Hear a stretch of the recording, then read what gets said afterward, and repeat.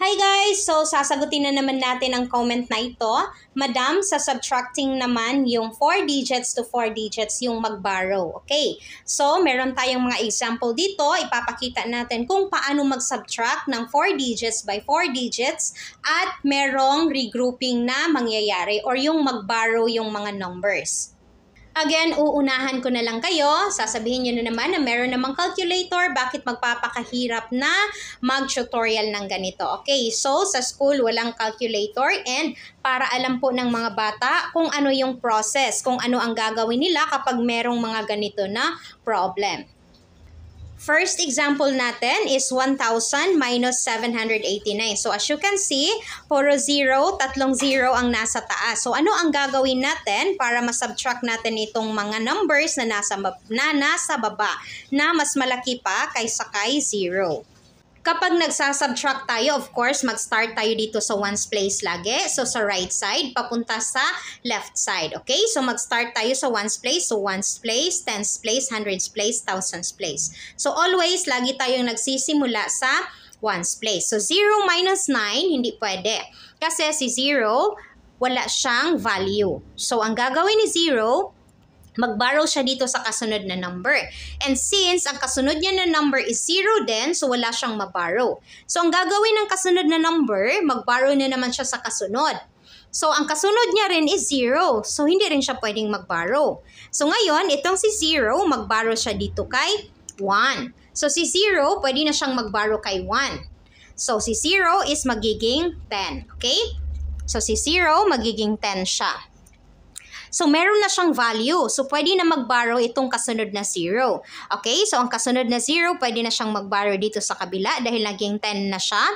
So, si 0, nag-borrow ng 1 dito. So, magiging 10 din siya. So, ang 10 dito, dahil nag-borrow tayo ng 1, magiging 9. Okay? Wait, hindi na makita sa taas. Ayan. So, meron na tayong 10. So, pwede nang mag-borrow ang ating ones place. So, si 0, mag-borrow naman dito, magiging 9. At ito is magiging 10. Okay? So, nasundan nyo, si 0 na nandito, nag-borrow siya dito kay 1. So, naging 10 siya. So, si 0 na nandito, nag-borrow ng 1. So, naging 10. So, si 10 naging 9. Pagkatapos si 0 na nandito nag-borrow ng 1, so naging 9 siya, at si 0 naging 10. Okay, so pwede na tayong mag-subtract. So 10 minus 9 is equal to 1, and then 9 minus 8 is equal to 1, and then 9 minus 7 is equal to 2. Oops, sorry, si 1 pala is magiging 0 siya. So huwag niyong kalimutan para hindi kayo malito kapag nag-solve na kayo.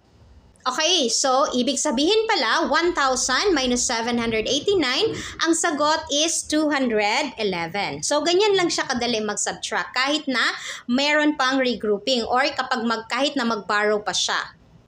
Basta alam lang talaga natin yung process. Okay, so example number 2 naman tayo.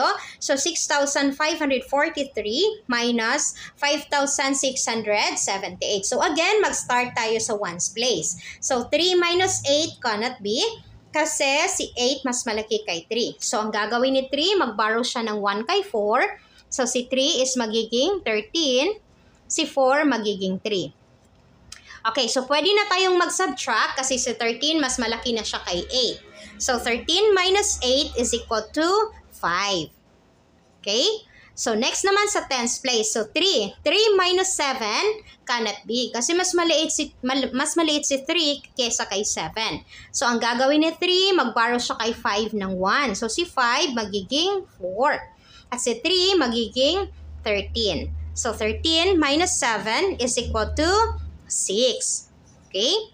So, next naman, 4 minus 6. So, 4 minus 6 cannot be kasi mas maliit si 4 kesa kay 6. So, ang gagawin ni 4, mag-borrow siya ng 1 kay 6.